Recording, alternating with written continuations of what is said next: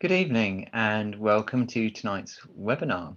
I'm very pleased to welcome John Lovelace this evening to talk about the life of George W. Pipe. Before we get going, just the sort of normal housekeeping announcements. We're very pleased that you're joining us either live on Zoom, in which case you can interact with us this evening. There's a chat interface and a Q&A button, both of which can be found at the bottom of your screens in the mobile app or on computer. If you're watching on YouTube, you're very welcome, but I'm afraid there's no facility for user interaction there. Whichever platform you're using, I hope you enjoy tonight's talk. It's only the cameras and microphones on mine and John's computers that will be active. So do feel free to move around and get comfortable and enjoy yourself this evening without fear that you're disturbing anyone or anyone's watching what's going on. So without further ado, I'm going to bring John on screen, hopefully. I hope that John is somebody who needs no introduction, because I don't actually have an introduction prepared. Hopefully he's a familiar face to a lot of people who've been ringing around Cambridge. Good evening, John. Good evening, Dave. Good evening, everybody. Wonderful. So I'm just going to hand over, and so when you're ready, sorry, I should also credit your technical team, shouldn't I, John? Indeed. Good evening, Linda. Yeah, we're very grateful for Linda providing the technology on the other end to help this all happen. If it works. If it works, of course. So yeah. Okay. Thanks very much, Dave. Okay. Well, I probably do know quite a number of people, although I can't see who they are, so it's difficult to be sure.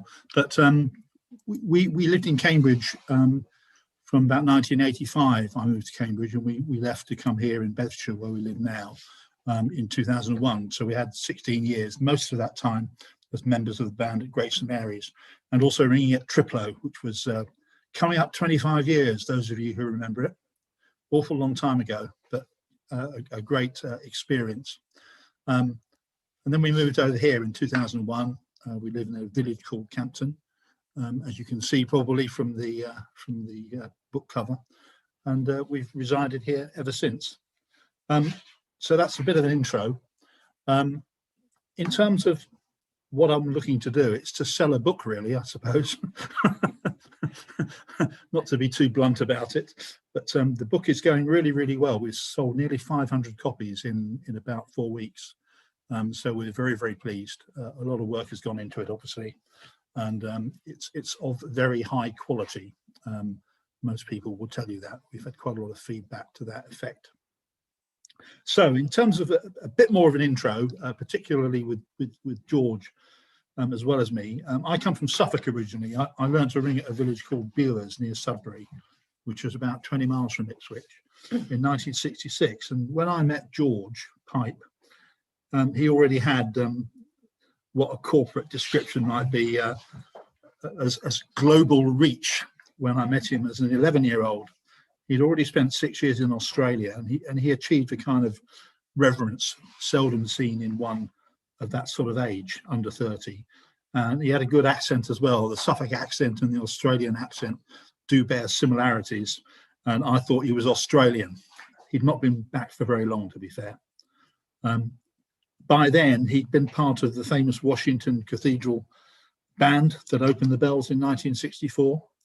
And so that's fame, really, in a campological sense. 6 years in Australia and going to Washington to open the Bells and still be less than 30.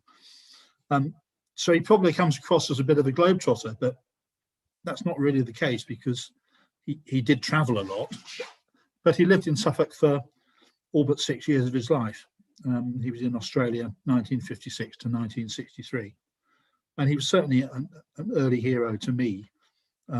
You know, a high-profile ringer from Ipswich and Grundisborough, another place I got used to going to ring, and known to ringers all over the world.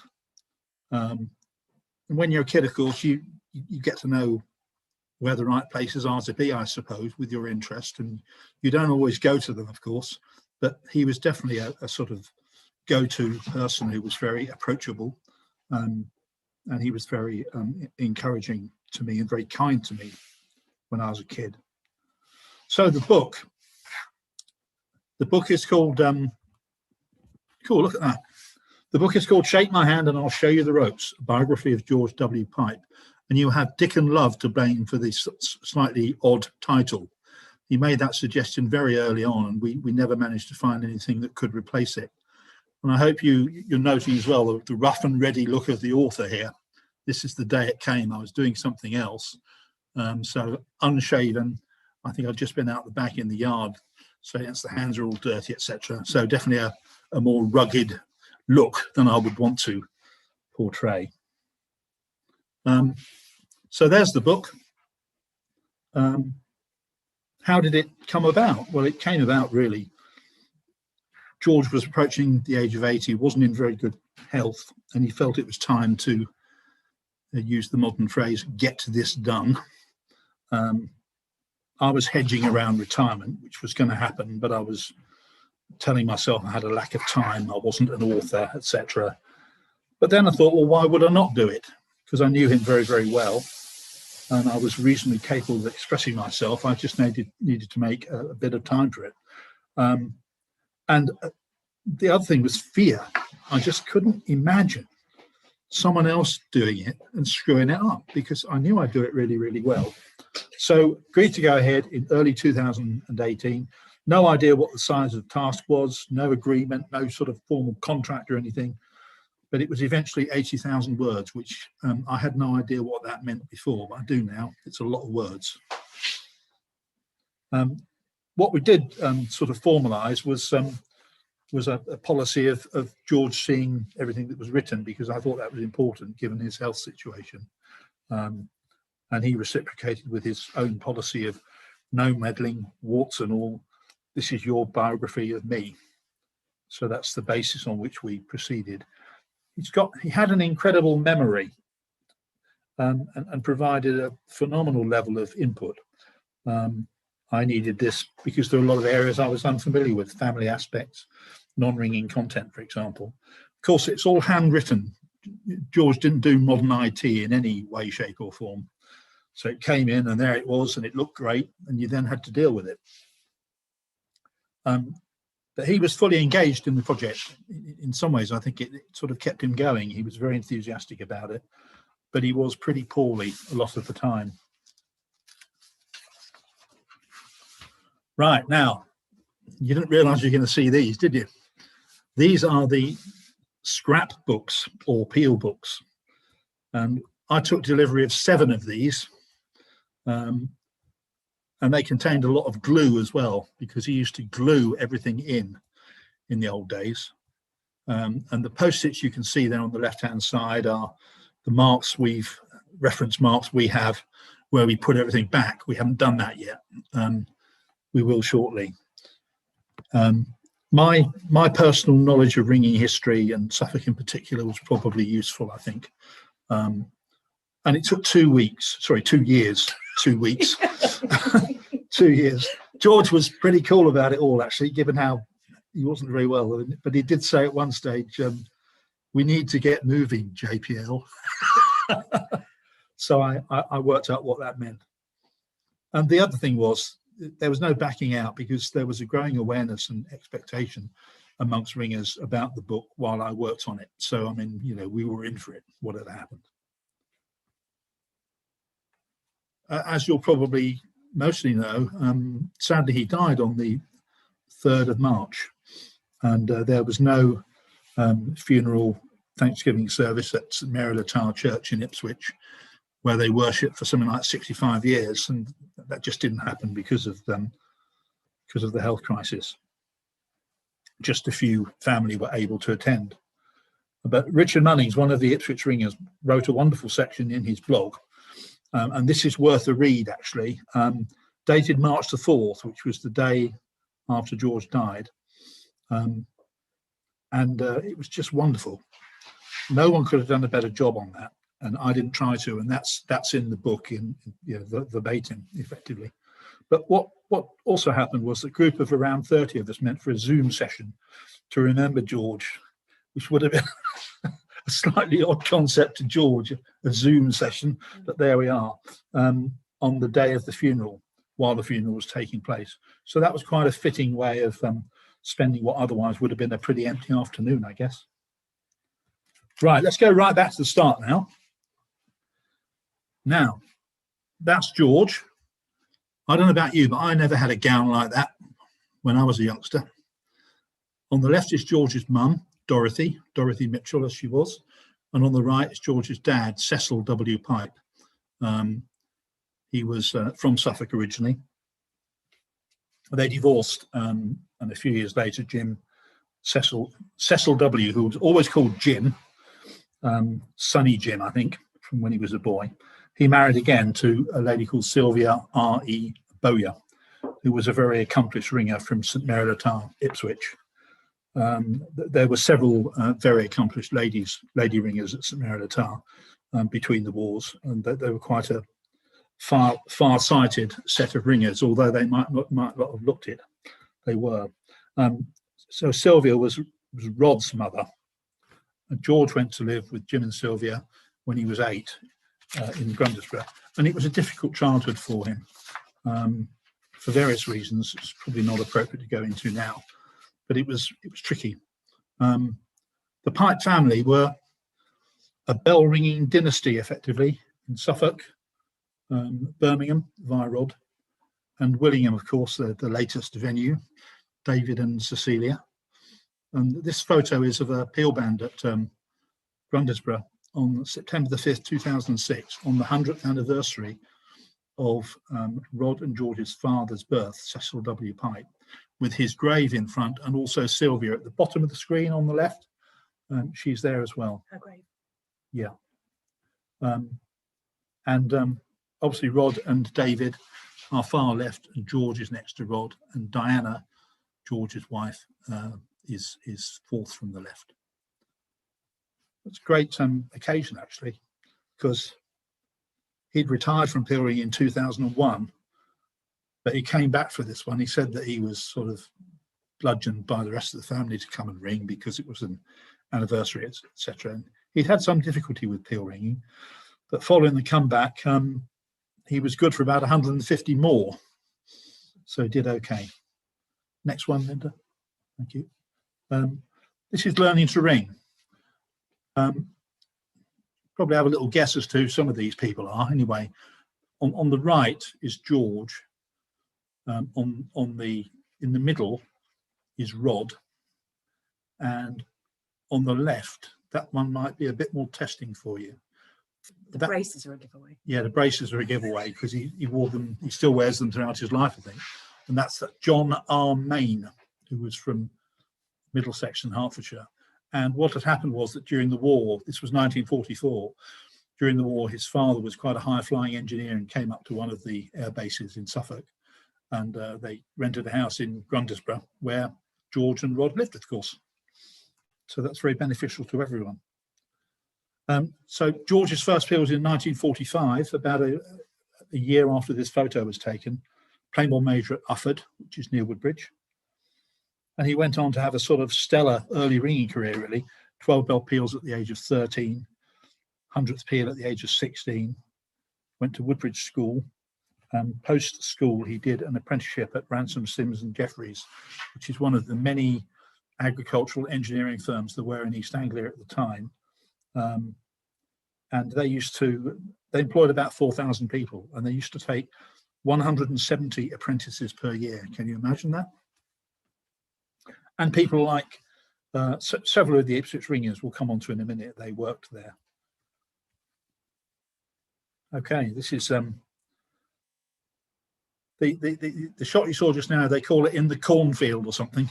Anyway, this is a few years on, 48 years on, and this is Rod and John Main. You can't see the braces, but you'll definitely have them on.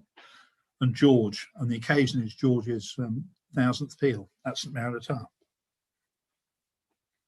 And it's important to realise with George and Rod that they had very different talents and interests away from ringing. But they were bell ringers supreme, and in the eyes of most other people as well. So Rod was into hill walking, gardening, and astronomy. So Orion and Rigel were names he used. So he's the person to blame for them. And George was a great collector of postcards, thousands of postcards, public speaking, art, and a very staunch churchman as well. Okay, these guys. Who are these guys? This is 1927. And this is the St. Mary le Tare Society of Change Ringers. Don't they look smart? George got to know a lot of these guys because he went up to St. Mary le Tare on a Sunday morning with his father, who was a member of the band. So sort of in 1938, he would have interacted with all these guys, and he's got to know a lot of the stories as well. I'll just quote a quick recollection of his. The belfry is vivid in my mind, so indeed are most of the ringers in their dark suits, watch chains, moustaches, and shiny black boots. Charles Sedgley was the only one I can recall who wore shoes. Charles Sedgley, you'll find him there somewhere. He's here. Yeah, second from the left in the middle. And he was a very clever guy. He was a composer of Surprise Major and Stedman and things. And he worked for the East Anglian Daily Times, which is probably why, if he was a manager, he wore shoes rather than boots. The kindly Robert H. Brundle, then nearly 90, not in this shop, but when George knew him, Bill Garrett, who was the first person to ring 100 peals of Maximus, and George Simons with his waxed moustache. George is second from the right on the front row. So they were characterful people. Bob Brundle, the guy on the right in the middle row, what a fantastic jacket affair he was wearing there, waistcoat and goodness knows what else. And he was the guy who rang the tenor to the first peal of Cambridge Maximus at St. Mary le Tare in 1908. And his last peal was same method, same tower, when he was 87. So he had a lot of longevity. Okay, this is probably my favourite shot, actually, because I think it's absolutely marvellous. It's the 8 peals, is it 8 peals? Yeah, 8 peals of St. Mary le Tare. Most of them are first peals in the method. And you can see some of the same names cropping up as you saw below.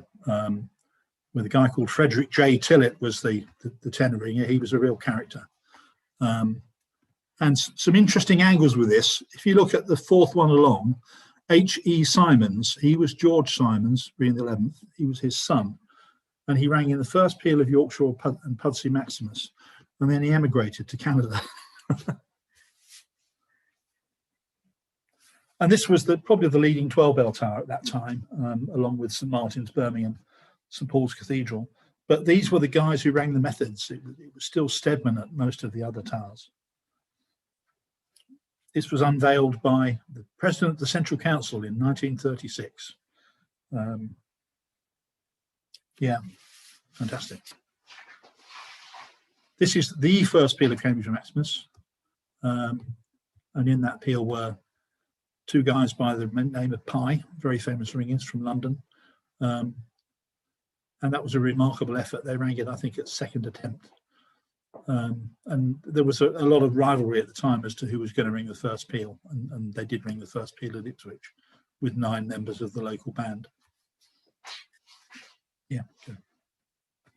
Right, this is the sort of outing I'd like to go on. This is the St. Mary le Tare outing in 1924. And you've got the cream of 12-bell ringing, certainly the cream of ringing in Suffolk on there, and they were obviously off on their annual outing.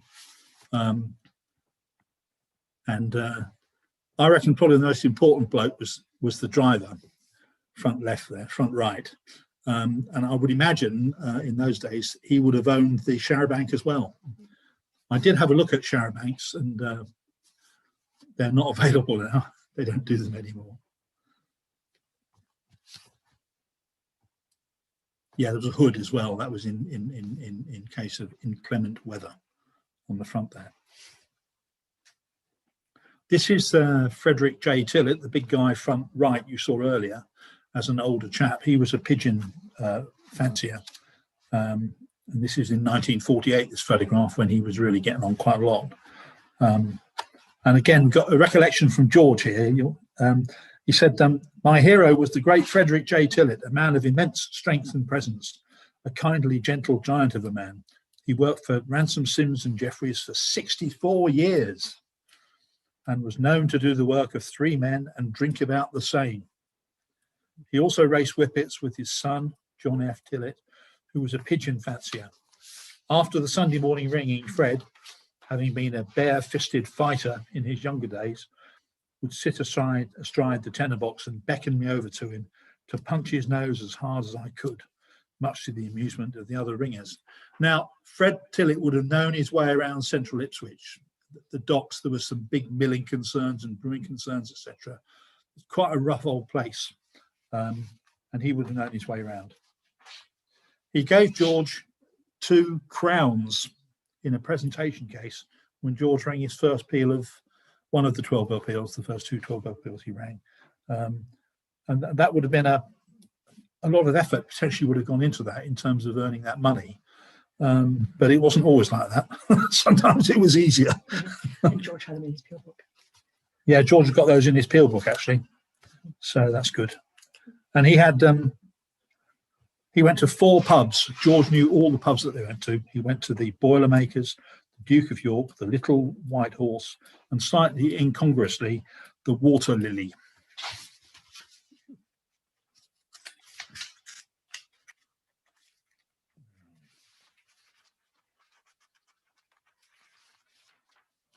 Okay.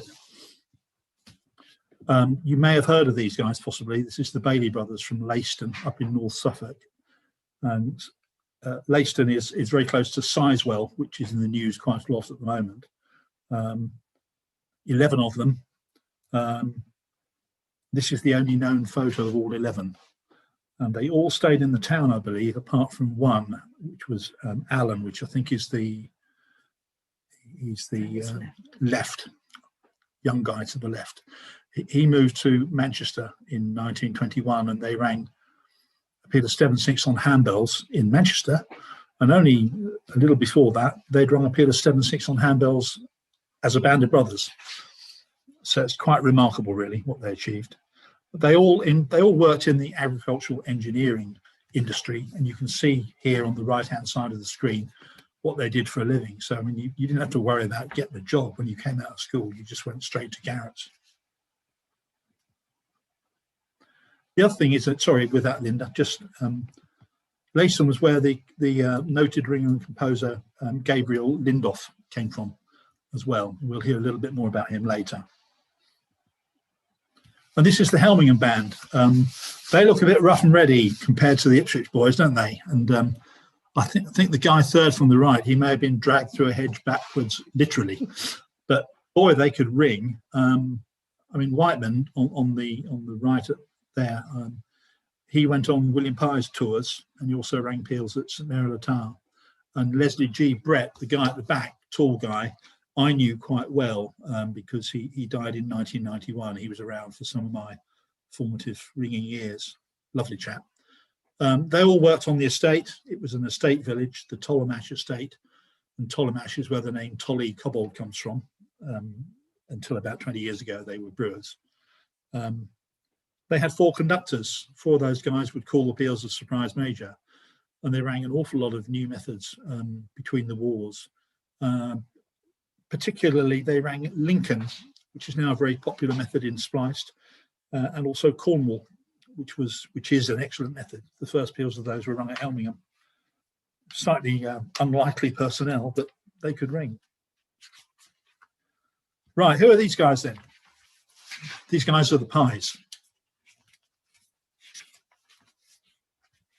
And the reason I've included them is because A, I think they're really interesting and fun, and B, because they're distantly related to the Pipes.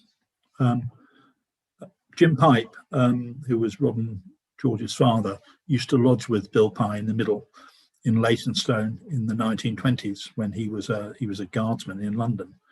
The other ones are that's Ernest Pye on the left. Unfortunately, he was killed as a youngish man, 39, in a railway accident. And the one on the right is Bob Pye, George R. Pye. Now, they had just rung appeal at where was it? Enfield. Enfield, that's right. Yeah, they just rung appeal at Enfield in 1912. The footnote to the appeal in the Ringing World was it was to do with acknowledging the appointment of the new churchwardens or something like that. And I thought, well, that's new to me. That wouldn't happen these days. So a different era, obviously. And they're rather like a boy band, actually, because Bill's in the middle. He's the most important one. And you can just imagine the boy bands of today being modelled on the Pyes. I think they're really exciting chaps. And there's a lot of history has been written about them, and a lot is still uncovered, I think. Yeah. I think the interesting thing about this is that it's obviously just above the Peel record, which in itself was very, very significant. Some of the language that's used in terms of to that wonderful ringer and conductor, Mr. William Pye, who was the mainspring in this, etc., etc. It's just absolutely wonderful. And of course, this band came from all over the country. There were two organisers, Bill Pye and Tommy Worsley, I think, or Jenkins. I can't remember which one. They came from all over the country, and they were literally the best that you could find to do this. And they did it. Ted Duffield, I knew, the guy who rang the 11th. He came from Colchester. So a wonderful achievement. Yeah, the Charles T. Coles 4, his grandson has started ringing again recently after a 50-year gap, and he's now putting a lot of data together, Peel ringing data for the Pyes and his grandfather, Charles T. Coles, which is of great interest, actually. And that's Bertram Pruitt, who was reckoned to be, without any exaggeration, one can say that Bertram Pruitt was among the greatest of all ringers. And he was killed in action in 1918, just before the end of World War I. And he was one of the Pye band. And you may have noticed, if you're really sharp, that board for the Cambridge Maximus at Ipswich, the 1908 board, he was in that Peel as well. That was a quote from the Ringing World. Yeah, that was a quote from the Ringing World, sorry, without any exaggeration. And all the conversations that you hear or heard about him would suggest that was the case. And he was associated with the Ypres project 2 or 3 years ago.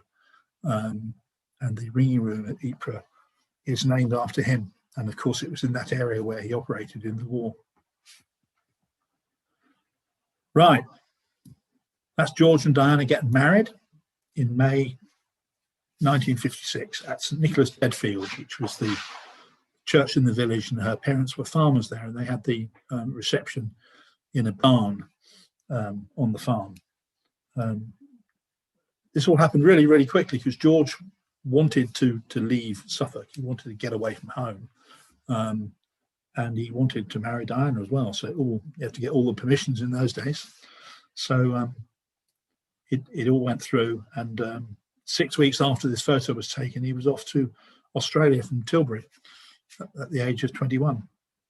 And Diana followed 10 months later. It's a bit of a long gap, isn't it? And the employer, Ransom, Sims and Jeffries, the agricultural engineers in Ipswich, were a bit poor on the customer care, I think, of their employees. But there we are. When he got to Australia, he was in Melbourne. The idea was that he would take over a factory and develop the sales through that factory. But there was no factory when he arrived. So the first few months were about organising the factory, let alone getting product over from the UK. But it gradually developed, and he made some great friends, one of whom is this guy on the right here, whose name is John J.F. Roper. Jack Roper, who was a Melbourne local chap and George's biggest supporter. Within a few weeks, George was tower captain, because Jack realised that he could do it a lot better than he could. George did things like improve the relationship with the Roman Catholic Cathedral, which had been at rock bottom for a number of years. There was some early media involvement because the Olympics had been quite big in 1956, of course, in Melbourne. So he did interesting things like that, which you don't expect with a 21-year-old, 22-year-old, but he did. And his big success was Adelaide Cathedral, which is a story in itself, ringing a peal there 6 weeks before returning home in 1963 after one or two big losses. And the other thing he did was he was one of the people who founded ANZAC. This is a typically quirky George production, I suppose. You buy a postcard or get a photograph of Tom Goodyear's house, and then on the back of it you put a Peel record. But that was it. Historic stuff. Yeah. Yeah, go. I'll do that, Bills. This is a great adventure. Doesn't look much like one, I guess, but it was. And this was the first tour ever to go to Australia. They'd obviously had 6 weeks on the water. They were an interesting body of people. Second from the left there is E. Banks James from Surfleet. Sorry, not from Surfleet, from Gloucester, who some of you would have heard of. The main qualification for going on this tour, I think, was financial ability, as opposed to anything else. But it's quite an interesting account. It's an account of that time, of something that happened at that time, but it's quite interesting to read. And they seem to have a really good time, which is good.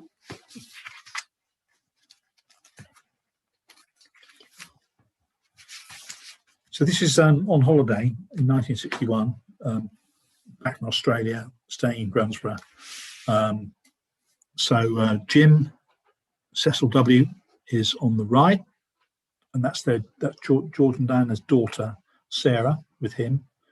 George on the left, looking a bit austere, and then Sylvia above him, and then Rod in the middle. I didn't realise Rod was so tall, actually. Perhaps he was standing on a box. And Diana. So that was their holiday in 1961, where they had a really busy time, actually. And the notice was given in the Ringy World that they were coming back, different days to now. And later they had two further children, Stephen and Alison. Alison's autistic, and that's a part of their life that just isn't time to go into really at the moment. But they raised a lot of money for Suffolk and East Anglian autistic trusts, and really there was the problem, sort it, so they did.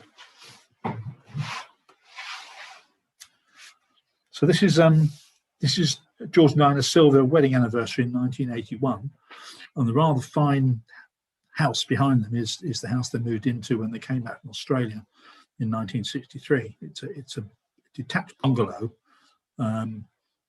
fairly spacious. It's got an absolutely enormous garden, so that's where they spent all their time after coming back from Australia.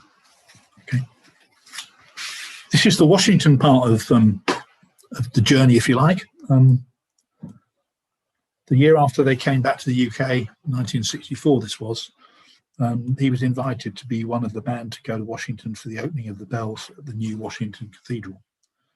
And this photograph was taken at Westminster Abbey, and I guess it's the Americans probably wanting the right sort of background to a shot for their PR, etc. This was about February, March time, I think, and they went in May. They were really representing England. It's quite remarkable, the difference in sort of ethos and philosophy. There were 25 updates in the Ringy World about funding for the tour because Douglas Hughes from Whitechapel, who'd been involved in the casting of the bells, decided that they needed to assist in funding the trip. And boy, did he. But they raised about £1,000 towards travel costs via subscription and the Ringy World. John Chilcot very, very wisely decided to take the representatives of 10 UK dioceses rather than make it more involved. Still got some criticism in mind. There were objections to the choice of ringers. It was suggested that Jill Staniforth should ring instead of Peter. Joan Beresford should ring, etc. But the editor did a fantastic piece of unruffling. He said that they're representative of the best we can offer. And it all went very, very well. George wrote a 4-page article for the Ringing World, and that was reprinted. I think that's the first time that had ever happened in living memory. So it's difficult to underestimate the amount of interest that this was causing. This was a national scenario. And this is the details of the peal, and you can see all the different locations that they came from. You might have expected it to be a College Hughes peal because John Chilcot was secretary of the College Hughes at the time, but he was invited by Douglas Hughes to do the organisation on the ringing side, and it just turned out that the bell hanger from Whitechapel, Harry Parks, who rang the tenor, was a member of the Cumberlands, and he installed the bells, but he wasn't really able to do much but supervise because of US labour laws didn't allow him to actively participate. And the Washington people really liked him. They liked his teaching expertise, something that they said they wanted. So he'd done a fantastic job. So they decided really that he should ring in the first peal. So the first peal was effectively not rung for an association. And they were very highly valued in Washington, those ringers, and several of them, particularly George and Frank Price and one or two others, did a lot of work organising trips to the UK for the Washington ringers as they were learning. So that's good. And just one thing, if you're not really convinced as to how important this was and being involved in it, George Pipe asked George Fern sometime after the trip about the most memorable ringing experience in his ringing career. And George, by that time, had rung about 1,900 peals, more than anybody else. Straight away, he said the Washington trip.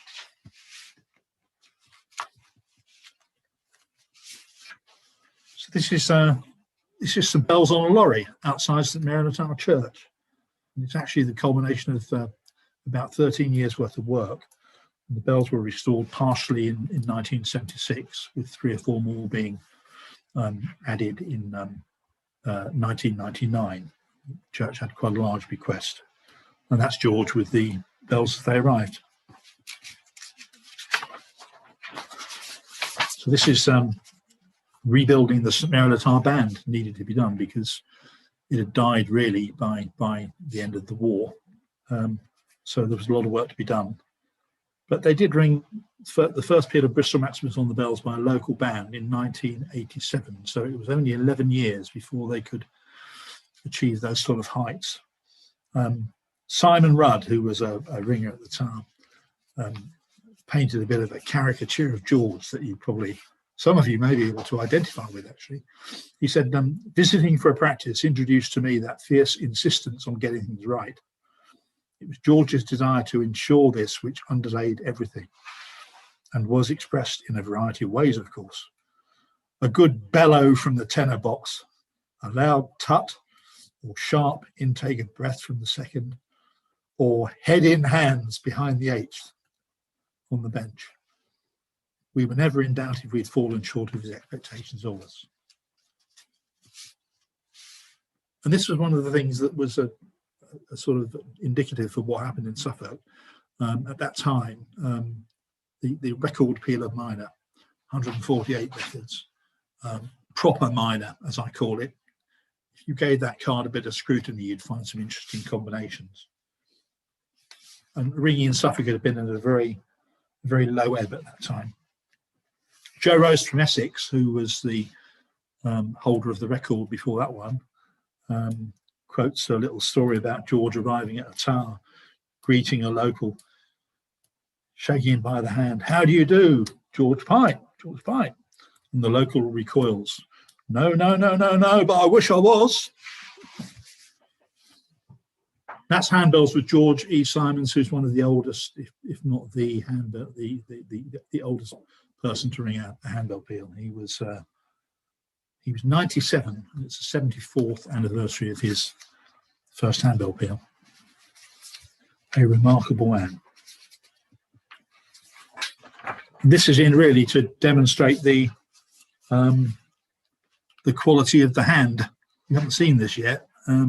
One or two more instances later, but the handwriting is quite remarkable, and that's an example. Got to choose one with a lot of methods. So he could ring. He could ring.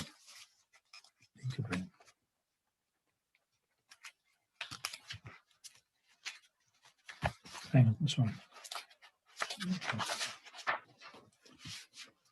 So this is Westminster Abbey again. This time in 2009, a peal which was one of the first of its type, because outsiders, people who weren't members of the Abbey band, were invited, people who'd made a contribution to ringing that was deemed to be significant, and George was chosen and invited along. So he was very privileged to ring in that. Okay. And this is a peal board for a peal that ran at Exeter in 1954, which was plain ball major.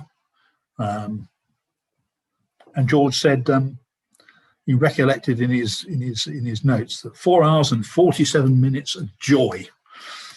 That's one way of putting it, I suppose.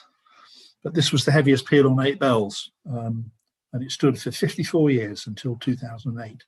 And in it, you'll note there was a lady called Hilda G. Snowden. She was one of the pioneering lady ringers, and she came from North Essex, near where I came from. So I knew a little bit about her, but I didn't ring much with her. But by all accounts, she was a phenomenal ringer. And she had to grow up in a man's world as well, in North Essex. Yeah, one of my friends, one of my mentors, allegedly once said about her that she was the heaviest lady bell ringer I ever saw. Don't know how true it is.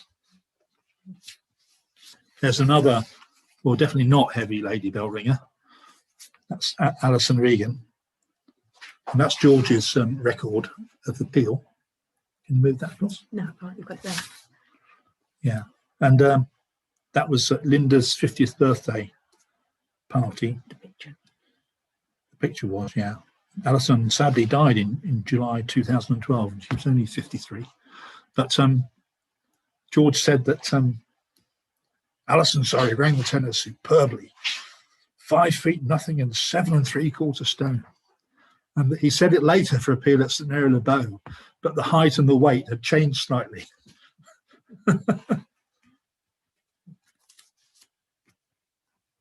This was his 1000th peal at St Mary le Tower in 1992, and he said that he would have liked to have asked 50 others,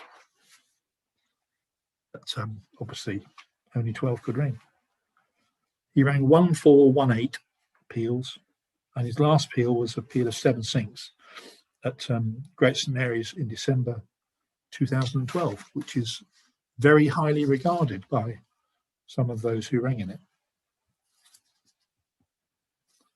Right, this is a siblings peal, which George organised. It's 1,000 pealers siblings peal. They'd rung one on 8 a few years beforehand, but new people became available. But they had to admit one female ringer, Linda, as well as her brother David. They give the 12, the six pairs, if you like. So those are things that are really nice to be involved with, aren't they? Mm. But I did tell her brother right in the middle there, the monster in the middle, that he really needs to be doing a better job on how he sort of stands for these photographs. But anyway, that's what we got. One of his great abilities, or another of his great abilities actually, was his artistic ability was phenomenal. In all sorts of styles, mediums, etc. This is a little parish church in Suffolk called Parham, which is just up the A12, from Woodbridge, and they had a bell restoration campaign there about 15 years ago. And what I've done in the book, I've written a piece about how these things work, because the important thing about Parham is obviously how it works to the locals, but other people need to understand how it works as well. And you know, you get a lot of people who give their time free: carpenters, transport, builders, putting up bell hangers, engineers, DIY, PR, communication, grants, administration. And, you know, after all that, maybe you'll get a surprise benefactor come forward, but it's quite unlikely. This is very different to the big city centre jobs where, you know, the money comes rolling in through some corporate elements. This is something George did for the College used some years ago, 50 years membership certificate. Now, I think it can be changed actually 50 to 60 or whatever. It's and people go and pick up their certificates every year at the dinner, the relevant people. And in 2015, it was his 60th anniversary. So can you imagine going up to pick up a certificate that you've designed, signed by a load of other people for your 60th anniversary? Pretty cool. George did 3 of these for the Cumberlands for their 250th anniversary in 1997. I'm just showing one there, which is the Shoreditch one. And absolutely beautiful, aren't they? And then there's more. And these are the ones that he exhibited at the Ring Your World Centenary exhibition in London. They're all in different mediums. Absolutely beautiful.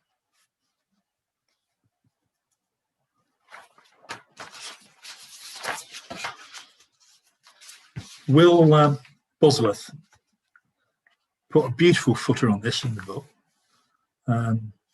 St Edmundsbury Cathedral, the Norman Tower Campanile and the Millennium Central Tower, nearly 1,000 years between them, and that's dead right.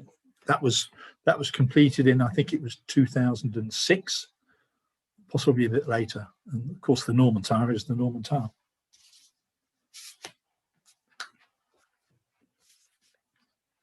Yeah, he did a lot of work for the church.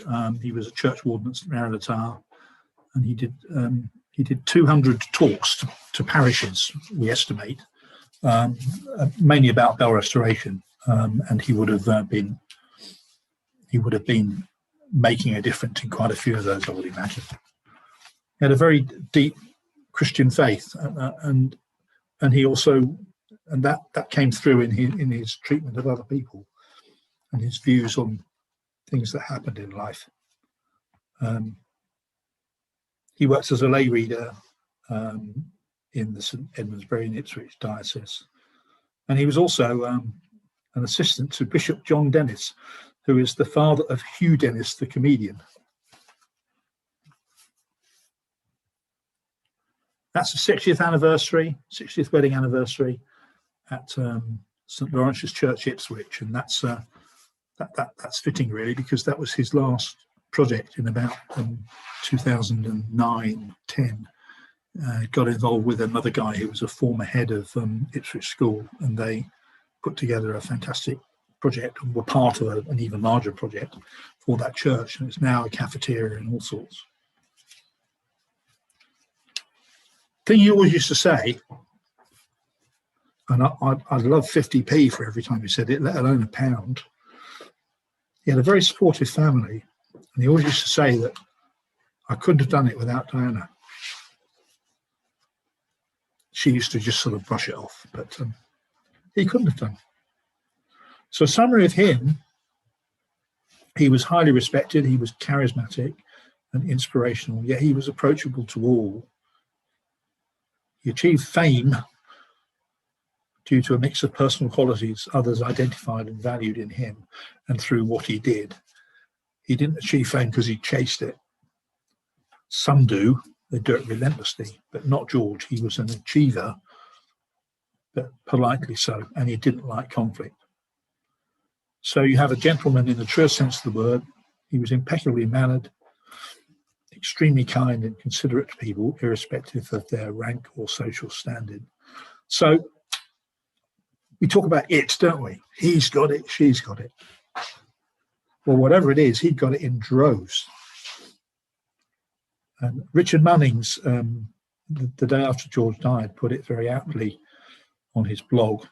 I don't know whether George would have approved of being on a blog, and he said, it is important to stress just how much he did for ringing locally, nationwide, and globally, and what a gem we had in our midst.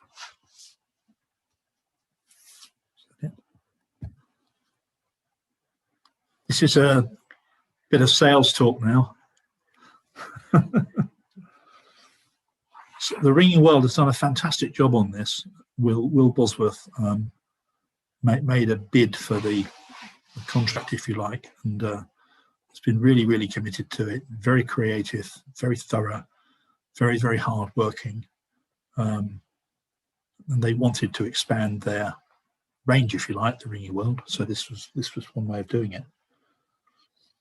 So I hope you like what you've heard. I hope you like what you've seen of the book, as far as it goes. And I hope you buy it, because that's the name of the game, really. We've sold about 450 so far out of 500. There will be a reprint. So we're pleased with the way things are going at the moment. That's it, thank you. Are there any questions? Thank you very much indeed, John. It's been absolutely brilliant. Please do put any questions that you've got into the Q&A at the bottom. I've certainly heard from one person who said they intend to buy a copy as a result. Thank you very much for that. So we've got a question about, you mentioned George was in Australia. I think you say for 6 years, is that right? Yeah, he went out in April 1956. I think it was then. I need to check actually. It's 6.5 years anyway. And he moved to Melbourne, and they lived most of the time in several different suburbs of Melbourne. One of which was Springvale. That was the last one I think they lived at. Yeah. The question did occur, where exactly can you buy the book? But I've put a link in the chat directly to the shop, but also, as you saw on John's last live, you can buy it directly from the Ringing World. So it's available either with the paper magazine. I think they did include the slip with the regular mail order, but yeah, it's very easy to order on the internet as well.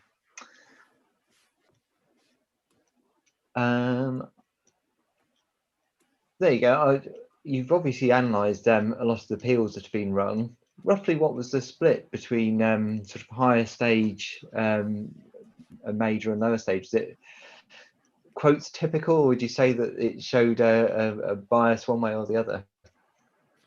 It's fairly balanced, and as you would expect, really. I mean, you talk about very much a high-end ringer. Yeah.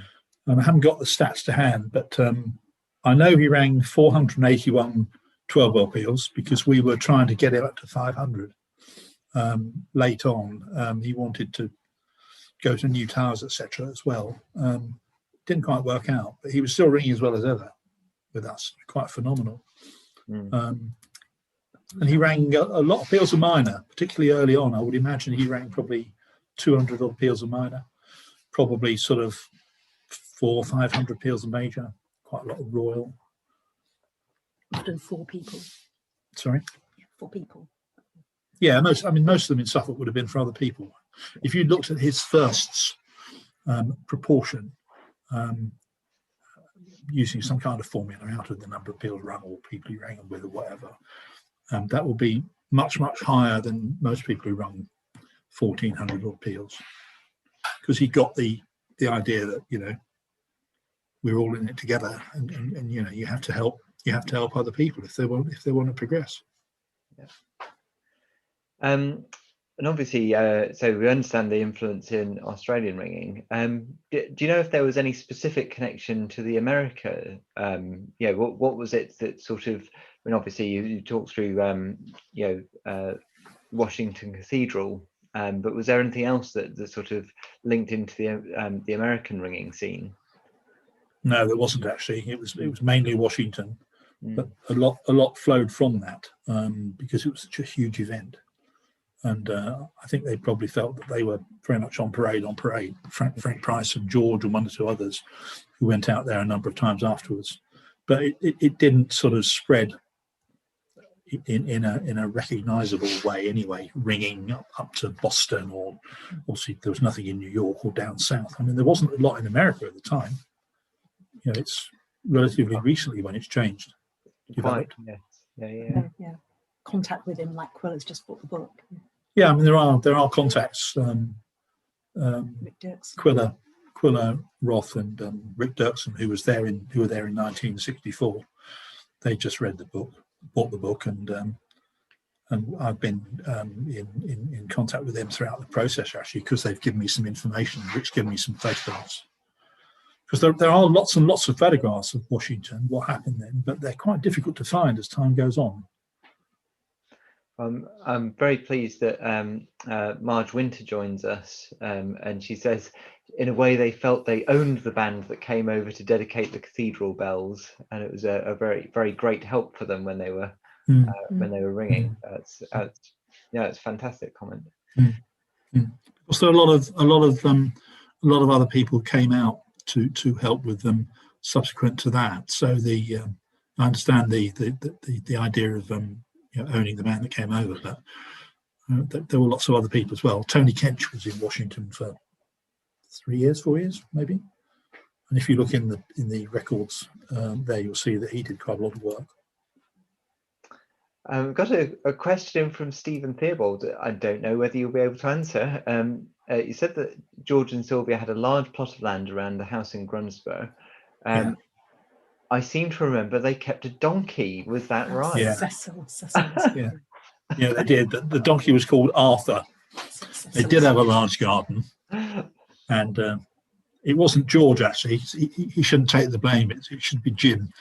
Cecil. Oh, okay. Yeah, and occasionally the donkey used to get out, but more importantly, a lot of people used to try and ride the donkey, and most of them used to fail. There was one occasion where Arthur got out and he came down the hill, so it wasn't too difficult to get where he was going, to the green. And there was another donkey, or possibly even a horse, on the green, and obviously Arthur was unsupervised and went a bit crazy, I think. But I mean, I don't know anything more about that story at all. But Arthur was named after Arthur Barker, which would probably mean nothing to a lot of people. He was a friend or foe of Jim's, I guess. I don't know which. That's wonderful. I'm not sure that there are any other questions, but we're just sort of coming up to our hour, so it's been really great. I mean, so I hope everyone who's listened in has enjoyed it. Paul Smee, once again, thank you very much for your time this evening. It's really fantastic to look through that and understand a bit more about the local ringing history, because of course it's all deeply tied into East Anglian ringing. Very much so. Yes, yeah. So yeah, and obviously we hope that we'll be able to visit quite a few of those towns that you mentioned in the not too distant future. I forgot to mention actually when I did the starting bit. I'll be very brief here, but the back of the cover is an example of his artwork. 7 churches, if you look at it. And we didn't know what to do about the back cover. And then all of a sudden, I suddenly thought, it's rare for me to have a flash of inspiration, but I suddenly thought, virtually 50 years ago, I was around then, and I knew what had happened on the back cover of this thing, because it was the 50th anniversary of the Suffolk Guild. And that's what we used. But the problem we had was getting one that was in reasonable condition. So we got a win, and then we had to win again. But it's, it's good. Cool. All right, well, thank you very much. Right, so I'll say good night here. Yeah, good night. Thank you very much. Thank you all. Bye.